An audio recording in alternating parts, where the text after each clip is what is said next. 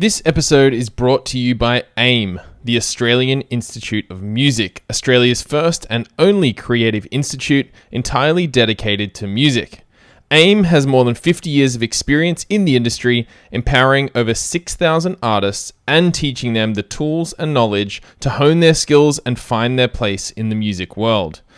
As international school music teachers, we are always looking for globally minded, industry connected, and relevant tertiary options for our senior students, and I'm excited to be able to share AIM as a future-focused and powerful music education provider based in Sydney and Melbourne.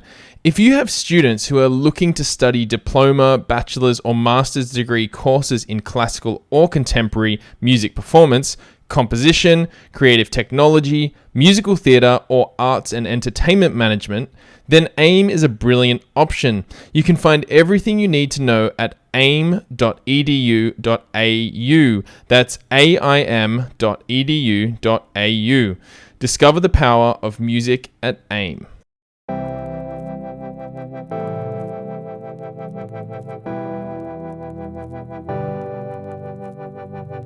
Welcome back to the Music Teachers in International Schools podcast. I'm your host, Chris Coolmer, Director at MTIS, and a quick shout out to those who have signed up to our Big Gig Mumbai and Bangkok events in March, plus our online world music pedagogy courses in various time zones.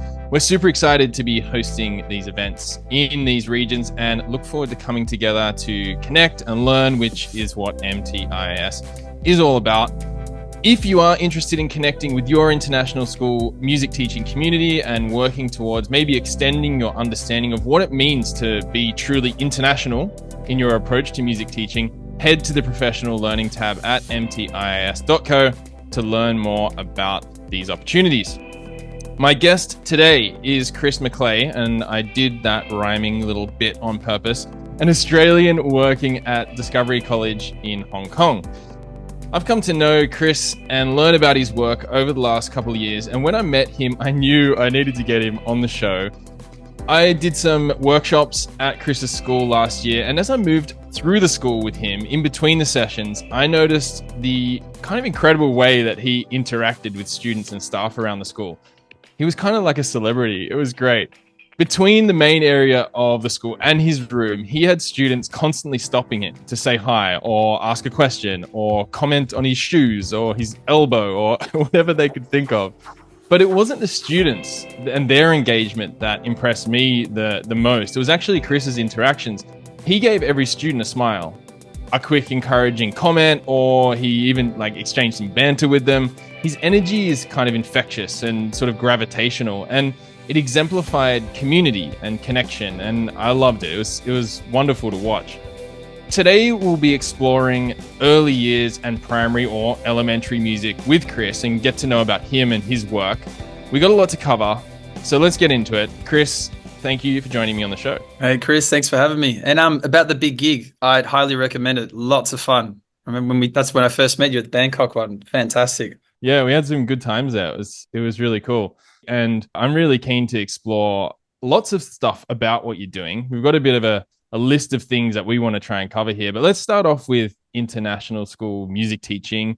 That's kind of what this podcast is all about. What was your journey to working in an international school in Hong Kong?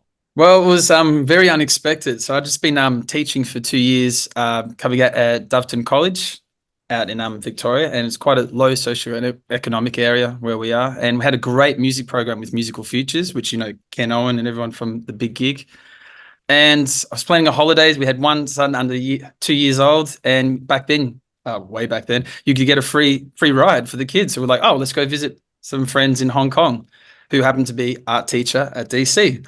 So came in, had a look around the school, thought it was pretty amazing, and said, if the job comes up, would you be interested? I'm like, yeah, I guess so. We'll just wait and see. And then the job did come up. So I ended up going for the interview and had played basketball the night before, had my nose broken. The best of starts, I had to get that all. So I had plaster, black eyes and everything, had to do a Zoom call, and it was crazy. And they still said yes, so I must have said the right thing. And the whole family just packed up and we went for it. It was quite difficult the first year out, but I haven't regretted it since. It's been a fantastic move. But yeah, quite a journey to get here. Yeah. And I got a couple of questions to follow up on that. Firstly, just for those who are listening from all around the world, Doveton College and Victoria and that part of Australia, can you just give us a geography lesson? Where are we? If we're looking at a map of Australia, where is that area? Oh, now you're going to pressure me. So if we go down to Victoria, Australia, so where are we going? Going down towards the south, towards Mornington Peninsula, but not that far down, near Dandenong, probably about 40 minutes out of the city. Yeah, The city of Melbourne, right? city of Melbourne, yeah. Yeah, cool. And school was a great school that amalgamated from a lot of schools around that area, and they put a lot of funding into the arts, and that was it was a great experience to help with coming out to the international sort of thing as well. And then I'm thinking about your interview with a broken nose. Like, what? How did that even like? How did that go? Did you sort of say anything about it, or was it just you with this plaster on your face and just ignored it and pretended nothing was wrong? Pretty much just addressed the elephant in the room. Had all my sticky notes around the screen, of course, like getting ready, the shirt with the shorts because it was a hot day outside, and just went for it. Just talked about how much passionate about with music and obviously basketball, hence the broken nose. And yeah, I didn't know how much of a chance I had, so just nothing to lose. Just talked about music and it worked out. Yeah. And how many years have you been in Hong Kong now then? This is my 6th year now, so looking for 7 year. I get what's it called, a permanent residence that I can go for PR. So it's gone very quick. When I first here, I had my eldest son was just under 3, sorry, and the other one was 8 months, and now they're in year 5 and year 3. So that's another experience, like being able to teach my kids and seeing them through school. It's pretty crazy.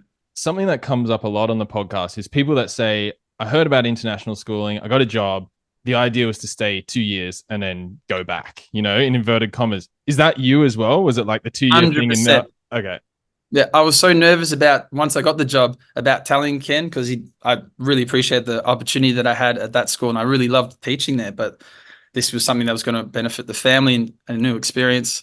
And I told my principal, after 2 years, I'll probably come back just testing out. He goes, no. My friend's a principal over in China. He said 2 years, 20 years later, he's still there. There's something about that energy, like the diversity, the experiences that you get and the opportunities that your kids get as well. It's very hard to go back once you've had a taste of it. So tell us a bit about Hong Kong then. What's it like living and working in Hong Kong for you and your family? I think it's great. I love Hong Kong. There's so much, like people think like maybe like hustling, busy city, which it is, but like 70% of it is forestation, national parks and that. So there's lots of hiking, a lot of physical activities. Walking to work as well helps. So the kids got lots of play dates and things like that. A lot of international visitors coming in through all the time. It's such a hub. Like we'll have friends and family that will just fly in for the day, say good day, and then head back out. And we've been able to see the world too. Like obviously the pay is a lot more financially beneficial than back home as well. It just seems like you have more time for things and experience new things. It's great culturally wise. Lots of food, which is big for me. Yeah, I think most people who are listening to this would be, it's about food and music, or maybe music and food. I don't know. For the musos out there, all backlines at all the pubs, they're there. All the venues, they have the backlines, all the amps. You don't have to carry the drums, all the speakers. You just got to plug in. So that's another benefit for gigs. Nice. And you're playing a few gigs, right? You have since you've moved to Hong Kong. You found like a performing community that you've joined. Yeah, around Discovery Bay, we've got a lot of bands, and through that, I play in a band called Grounded. We do a lot of acoustic covers and rock covers as well. And I've got another original band at the moment called the King of Pig Bones, which is a bit different. Not much for early years context, but still a bit fun. The music scene's quite vibrant in Hong Kong at the moment, which is good. Like, when we went and saw a few bands down at the Wanch, it's a great place. Yeah, the Wanch. We'll have to add that to the show notes. That was a cool venue. Very cool venue. Great owner too, John Primer. He just loves music and is always cultivating the culture around, like getting people out there, and yeah, it's good community. And just finally on this kind of placing yourself in Hong Kong thing, Discovery Bay in itself is kind of a different thing, isn't it? It's a ferry ride to Hong Kong Island. Tell us a bit about Discovery Bay and what it's like. Discovery Bay is, but like DB for short, a lot of people say dogs and babies. So if you have a dog or you have a baby, you come and move there. Very family orientated, sort of like a gated community. Only buses can come through around, and golf buggies drive us around and all that. So there's no cars going through at all.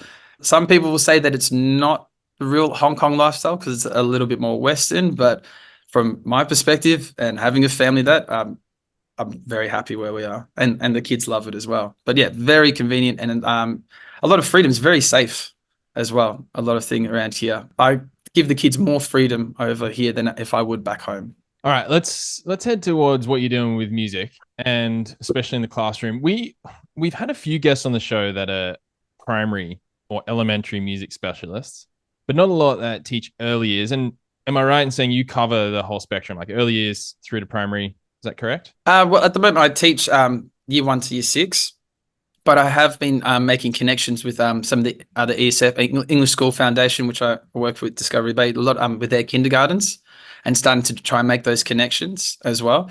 There's actually a really big push. We just finished a CBD day, professional development, about early years conference that ESF is doing at the moment. And it's a very big, strong thing about making those connections through kinder coming right through. And it's something I'm always been interested in, especially starting off with in a band with early years, and then being qualified as high school, but always been teaching in primary. Like, I think that's quite vital, that connection between kindergarten coming into year 1. I think the more we can scaffold that and give them the same sort of things, what the expectations of what are going to be in the classroom, the easier it is as well. And just expose them to music from early age. Try and get them involved as early as possible. Well, let's go there. What is or could you sum up your approach to early years? Yeah, well, for early years, it's pretty much a bit like with musical futures, having like sound before sight sort of thing. Like getting them playing as much. They don't have to understand what they're doing as long as they're having fun. Like trying to get as hands-on as possible. Sing lots of crazy songs, do lots of rhythms, try and play lots of instruments as much as possible. Like I'd give them ukuleles straight away. Doesn't, tune them up obviously, but even just having the rhythm, just for them to hold the instrument, something tangible like that. It's amazing how it changes their perception of what that instrument is like. Or if they walk past the drum kit and they hit the cymbal while you're just doing a average rock drum beat, like a kick drum snare, and see their faces light up. It's no longer something to fear. That would probably be my biggest thing, is like instruments and music itself should not be something that you are scared of. It should just be, it's just open to everyone. And once you know those little secrets, like how to pull the rabbit out of the hat, it's all good. And you can take it as far or as little as you want from there. Could you give us one example of an activity you would do, or maybe your favorite activity you would do with an early years class? Yeah, pretty much. I would have, I get a drum kit set up in the room and then have a big circle and then get them to play along with me on the rhythm. So I have some people with egg shakers. So I brought some props as well too. Some boom whackers as well. Some of the chime packs, which has the same color coding as the boom whackers, some ukes, some drums, and then just play like ta, ta, ti, ti, ta, something like that all together. But we've got to try and do it without speaking. So if we play softer, louder, that sort of thing. And just watching everyone get involved. Maybe one group will do a solo while the rest of us keep playing the rhythm. But trying to really listen to each other and come in tune. Yeah, good fun. And then put the disco lights on as well. Just make it a big party. All right, I got to go. 2 things here. So the drum kit almost sounds like it's leading the experience for the students. Yeah. And I've noticed that a lot of times when I first started, because I'm still attempting to play the drums, just make that clear. But I used to just do it on the ukulele. And when you've got everyone on all the other instruments, it doesn't really have that commanding sound. That makes sense. Sometimes it's good if you're wanting them to copy and imitate what you're doing, or if you're just doing a sing song or whatever, that works. I've tried it with the bass as well. But a lot of them don't really understand the bass or really heard it properly or comprehended as much. But the kit is so visual that, yeah, it really gets everyone shaking. Like you can even break them up into a drum beat. So if I'm doing the kick drum, they're doing jungle drums for every time I hit the kick, or rhythm sticks for every time I hit the snare. And if I'm doing the hi-hat, the shakers. So you can break them up so they can visually see the parts of the rhythm that they're playing as well. Nice. And disco lights, how? They're the best. Like, so it's a good carrot, dangling the carrot as well to make sure everything gets done beforehand. So once we've got that done, so we're all in the circle, I have got lights set up all through the classroom, and it's got a sensor on it for sound. So if you're ta, ta, ti, ti, ta, it changes with that. Yeah. So if the whole class can see that happening, it makes them want to play in time more together as well. Sometimes you might have a few kids trying to stomp and get the lights going themselves, but usually they understand what's going on there. So they feel like they're on stage. Is this something that, and I think we're sort of progressing not just in early years here, but across primary, Is this an idea that you saw somewhere else and started using, or is this something you came up with, this idea of getting those kind of lights into your room, into your classroom? Yeah, the lights, I just remember seeing them when we used to use them in the theater. And I thought, why not? Because there was a lot of times where I was trying to always build a stage in the classroom. And I thought, that's what I want. I need a stage. I need all the instruments that we have, a stage, and everyone watches, and that old school kind of thing. But I thought, like, we're so invested with circle time and the importance of everyone being inclusive, and try not to. You still have times where there's an audience, but try to get everyone interacted. It's like, well, make the whole classroom a stage. You don't have to have that one little section there, and then everyone feels a part of it all the time as well. And I find with the lights as well, when that happens, it's almost like when you tell someone you're recording, you change the way you approach, or when you go onto that stage, there's that little element that makes you concentrate that little bit more. Yeah, so it's like it's working for them without them even knowing that it's happening. Does it have the added effect of when they do a performance, say on a stage, a traditional stage, and they're under lights? I have often done that, and the first time a student's on a stage with the lights, they just spend half the time looking at the lights and going, oh, it's in my eyes, or like it's flashing. Yeah. Does it change that then? The lights become a part of their world rather than something that kind of shocks them? Definitely. And also when you're in that circle sort of element thing, it's everyone has eyes on everyone too. So it does feel like you're up there. So it gives them more of that confidence too, to be up there. But yeah, there's many times they stare up the light. Like, when you see the fly going into the trap, zap there. It's like, step away from the light, come back. But yeah, it does, because they've seen it. Or if you get them to use a microphone or pick, doing on the drums, it doesn't become that fear that first time they see it as well. I think I had Busker's Corner when you were here, performances. Yep. The big stage outside. Yeah. So even that, so once they get to year 4, 5, and 6, they're practicing being on an actual stage as well. But I've noticed by having this sort of setup, because I will do that all the way up to year 6, yeah, it's made a big difference with that. And even just you can automatically, as an audience, you go, all right, let's all stop and watch that person. You don't have to shift around the room as well. Yeah, I love this idea, the classroom as a stage. And how does that then look through primary? Do you have some other activities that you do that use this classroom as stage thing, or some other favorite activities that you like? Maybe you can mention a couple throughout your program. There's one I did with the year 5s. Also trying to debug the thing where if you learn one instrument, then that's it. So, when you hear a lot of parents come over, oh, my son did 1 year of guitar, then he's done 2 years on bass, 1 on drums. He hasn't kept going continuity on one instrument. But it's like, that's still all learning. For me, that sounds like 4 or 5 years of playing music. It's not necessarily stopping or starting something. You're getting more of a rounded view of what it is to be in a band, what it is the other instruments are doing. So one activity I've got, they've got to listen to Seven Nation Army. They have to try and work out what the notes are for that. So once they've done that, I give them the boom whackers. So they'll be in a group. They all have to play the note, take turns playing the note. Then from there, they can learn how to do it on the chimes with the colors, same coordination. So they're playing the same riff and it still works. And then on the ukulele, learn how to do the tab of how to play it. And if they do it all on the A string, I can then show them on the bass has an A string as well. You can do the exact same thing on the bass. And they're like, but I've never played bass. Well, you can. You just showed me on the ukulele. It's just bigger. That's it. It's the same as on the guitar. Once you know the notes, you can go on the keyboard. I've got a little video of like C's to the left of the 2 black keys. Once they know that, all you have to do is just deduct where those notes are. So by the end of it, they can start seeing all those connections they can use from whatever background they have on all the other instruments. And yeah, it gives them a bit more of appreciation of all the other parts too. And that it's not that hard once you've worked it out.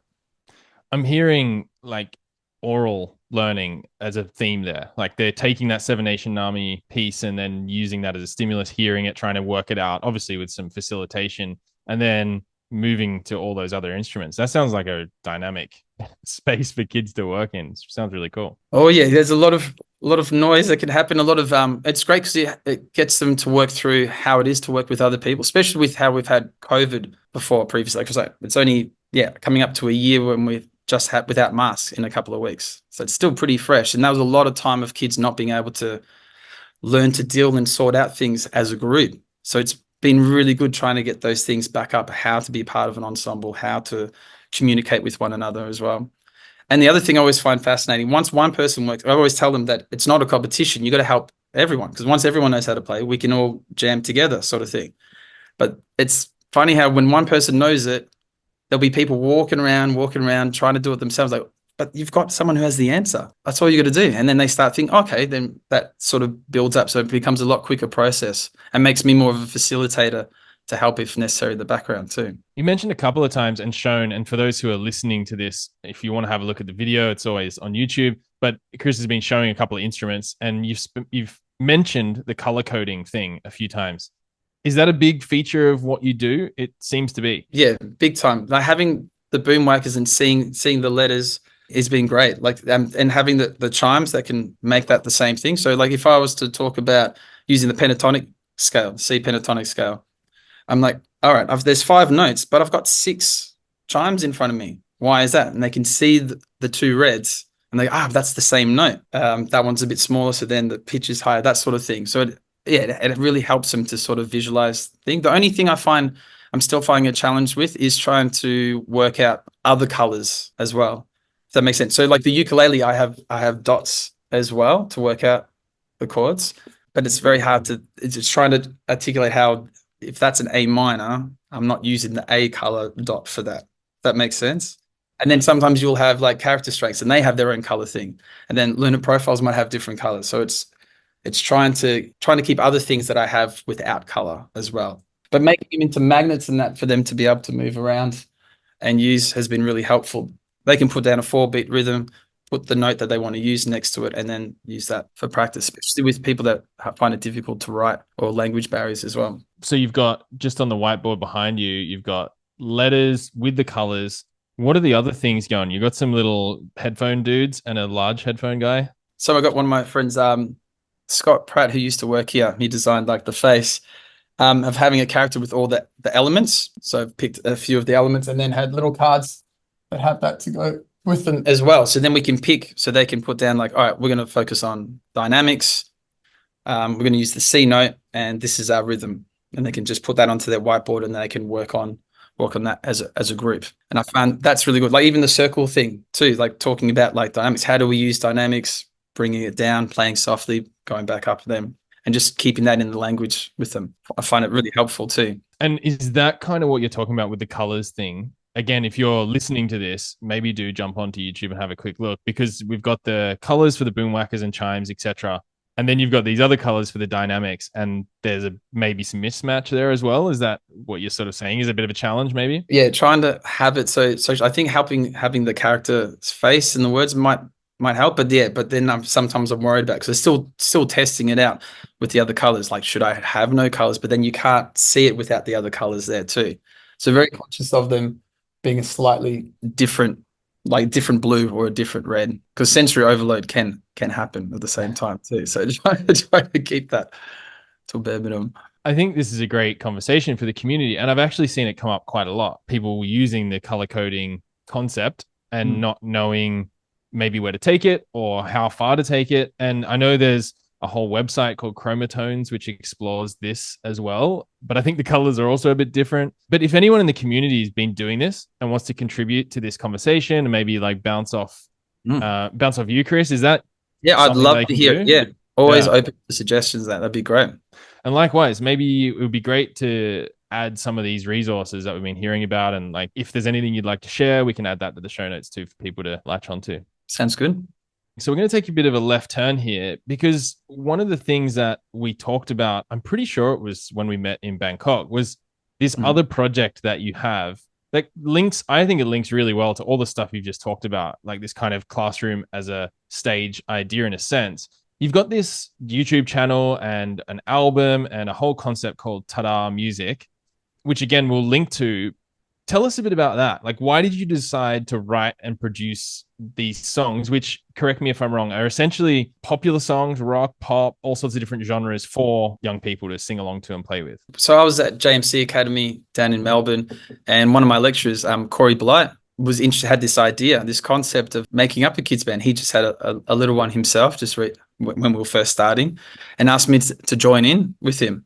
And I've always liked working with younger kids in that age, and thought it was a great great idea. So yeah, why not? Let's give it a go. And one of the main premises for putting that together was that the music doesn't necessarily have to sound like it's kids' music. We want it to sound like just any music. So if it's music that you would listen to, and just the lyrics would have a message in them, or just being a bit of fun as well. Like you can't tell a 3-year-old not to like AC/DC Thunderstruck just because they're 3. Like they like the song because they like it. That's just how it is. This whole having to categorize and put them into different sections. So yeah, he did a lot of the writing. I've done a co-writing on a few of the songs as well. And the way we used to do it on stage was I sang up the front, had the colorful pants and ta-da t-shirts and that, and he'd have the drums with the sampler.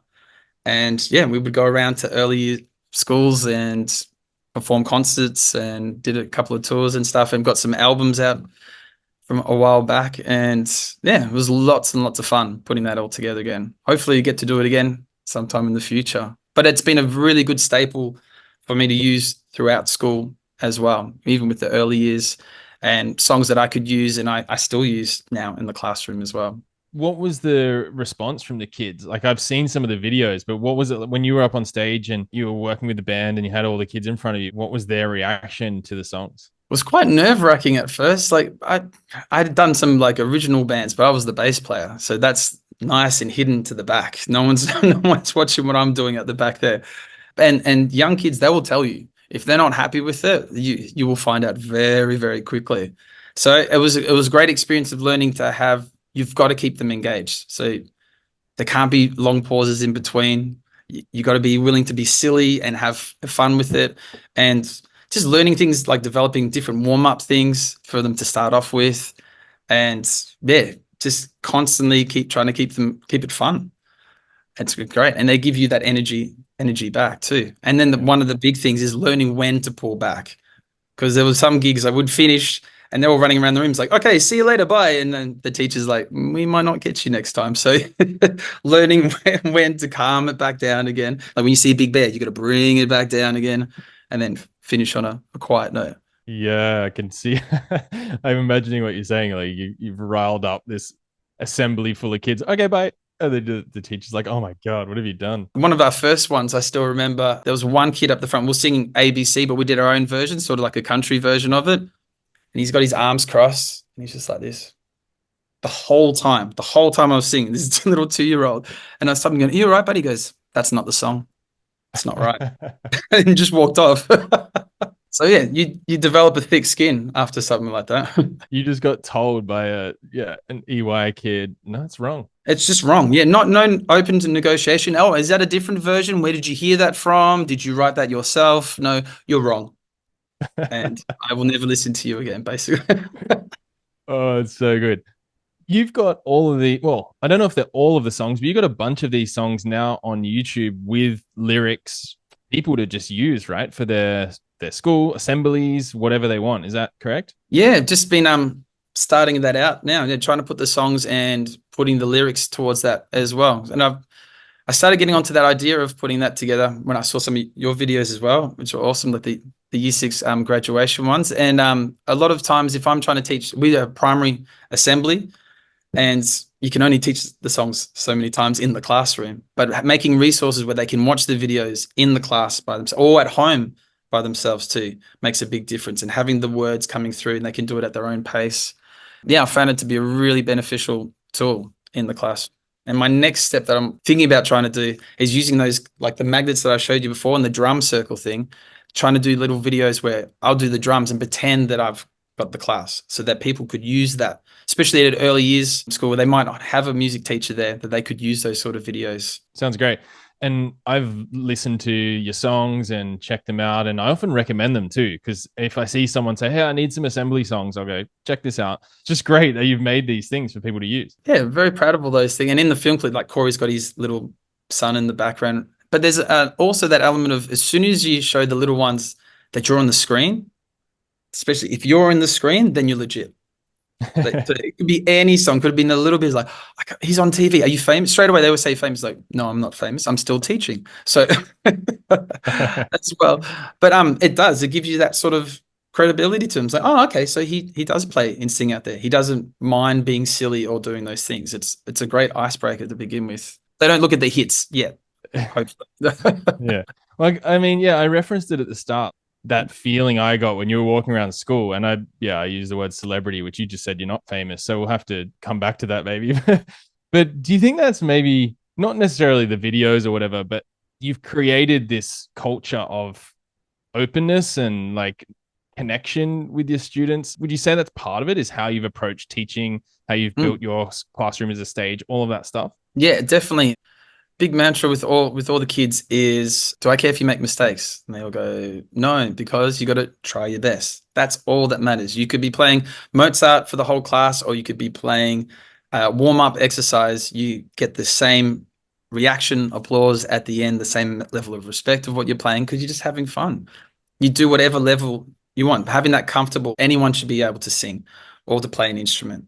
There's no hierarchical sort of thing. Just get out there and enjoy it and not have that fear. And I think, like you're saying, that the personal thing, like you could be exhausted or tired, but every single kid that walks past you, if you don't do that smile, you don't do that, that could be the one thing that they remember for that day. So it's really important. Well, I find anyway. I think it helps being hospitality for 10 years before that as well.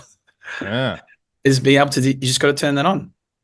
Sometimes it might not be the most genuine big one, but every kid is going to remember that. So I think that's important to build that up. And they're such a great cohort as well. So when we have Buskers Corner, never have issues about people not listening or not encouraging others. And then seeing the levels of that they jump up when they feel comfortable to start singing is amazing too. I got a question, and I didn't prep you for this at all. And so if we want to chop this, we totally can. But over the time we've kind of gotten to know each other, you've been pretty upfront or open about ADHD Oh yeah. and how that impacts you and how that maybe impacts your teaching or your life. Do you have anything you'd want to share about that with the rest of us? How is that playing out in your life as a music teacher in an international school, or just generally as a teacher? Yeah, definitely. I've only was diagnosed probably 2 years ago. And the difference that it's made is phenomenal. Like I can sit down and and organize things. I have to get up and try and find someone to do music or get, all edgy and jumpy all over the place. It's given a real focus. And it's also, I think having that just given me a real appreciation of how hard I found it getting to this point of becoming a music teacher. A lot of anxiety that I used to get with not comprehending a lot of theory and notation and a lot of stuff when I first started. Just things didn't make sense. It's hard to categorize and put those things. That's a lot of reason why I tried those colors as well and try and make those connections through the other instruments. And it's helped me give a perspective for the kids. Like I know what it's like to start from behind when it comes into music. I didn't start playing till I was 24. No way. Very, very, very late. I've always loved music. I see myself more as a fan of music than an actual musician. But just plugging at it, and the more years that go past, the more confidence you get. And mainly, the main thing is not to worry what other people think.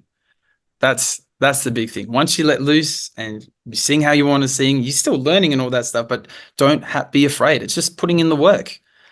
Anyone can play anything that they want. They just got to put in the time to do it. That's it. And I think I'm starting to see that coming through. That helps being 6 years at the same school. And yeah, and that's helped me through my journey with music as well. I still have those moments where things click. That makes sense when it didn't used to.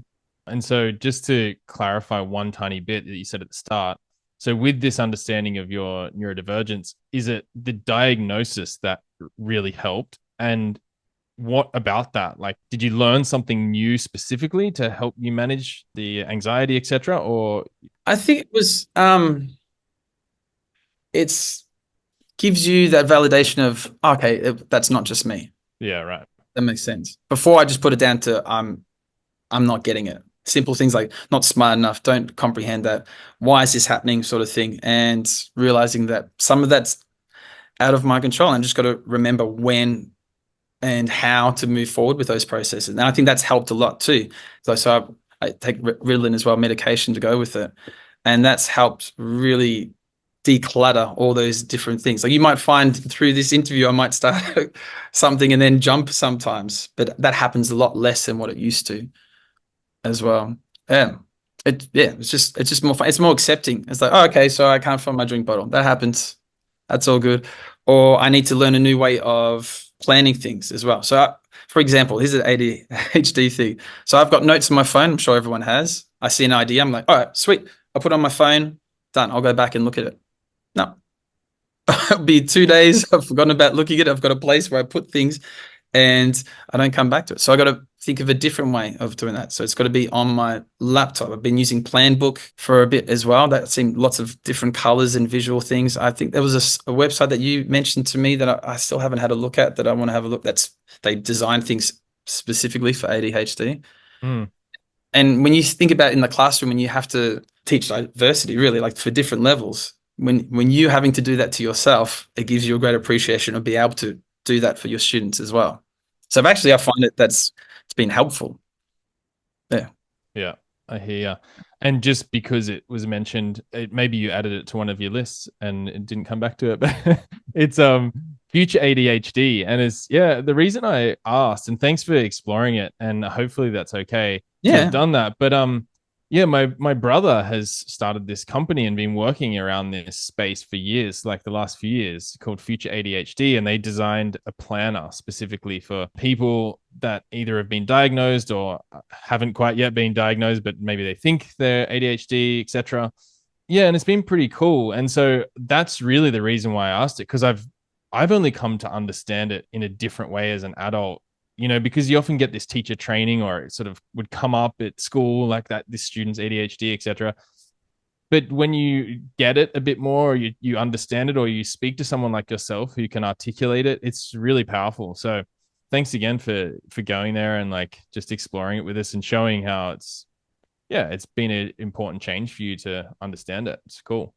And the thing that we looked at when I was at the early years conference that we went to, there was one I really enjoyed. It was about movement for early years, and they're bringing this in as at Renaissance College. They're bringing it through year one to begin with, and I think they're looking at doing it for kindergartens.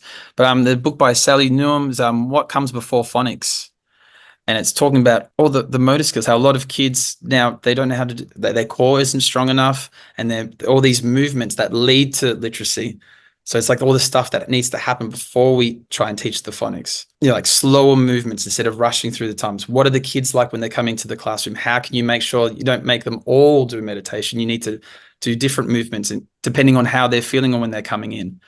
And when I saw that, I could see such great connections with music as well.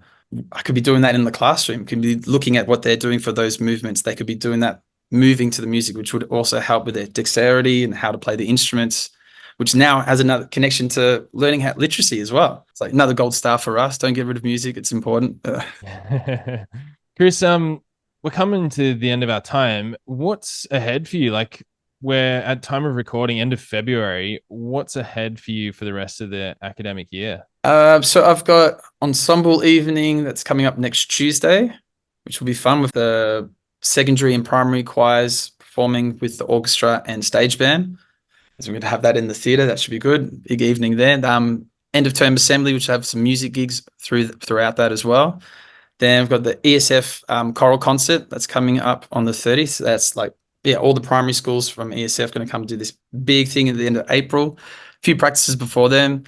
Then we have the Battle of the Bands at the end of term 3, and we'll probably have a Buskers Corner at some stage in between. Oh, and primary assembly, which will be a music thing as well. So loads and loads, lots of music. It was so cool to chat, and so cool to have met you and to be able to explore this a bit. I'm sure there's lots of other things we could have covered, and if anyone has questions or wanted to go down a rabbit hole that we didn't quite go down, please do just drop us a question. Where's the best place to find you or connect with you? Is there a social media platform you like, or is it email? Email's probably the best one. Because if I have too many things, like I said, I might not. I can look at it. I can give the school one. And if anyone wants to talk about ADHD, or they think they might, or are curious about it, I'm more than happy to talk about it as well. That's awesome. Yeah, I really appreciate that. Is there anything else you wanted to say? Any other final comments, thoughts, questions, anything at all before we wrap up? No, thanks for the opportunity. It's been fun.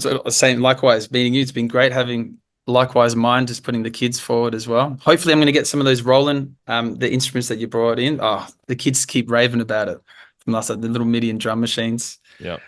I don't know. I think we covered pretty much it. Just enjoy music. Just have fun. And the kids see that you're having fun. That's the best thing. Like I still get even with if educational assistants or another teacher walks in, I go, jump on the drum kit, just do kick, snare, and then we'll play along with them. And when they see like, oh, they're not afraid to do it, it just adds so much to it. So just have a go, even if it's an instrument you're not great at. The kids love seeing that you're learning and making mistakes too. Nice. Let's leave it there. The classroom as a stage, that's a big one I'm gonna leave with from today. And yeah, we'll leave everything that we've talked about, any links, any ideas, tada music, all that stuff in the show notes. Yeah, once again, Chris, thanks so much for taking the time in your busy schedule, and look forward to catching up again soon. Sounds good. Thanks, Chris. Thank you for listening to this episode of the Music Teachers in International Schools podcast. Listen to other episodes by visiting mtiis.com or learn more about our community on Facebook by simply searching for Music Teachers in International Schools. If you know someone who you think I should get on the podcast, I'd love to hear from you. You can find me at chriskoelma.com, ChrisKoelma.com. See you next time.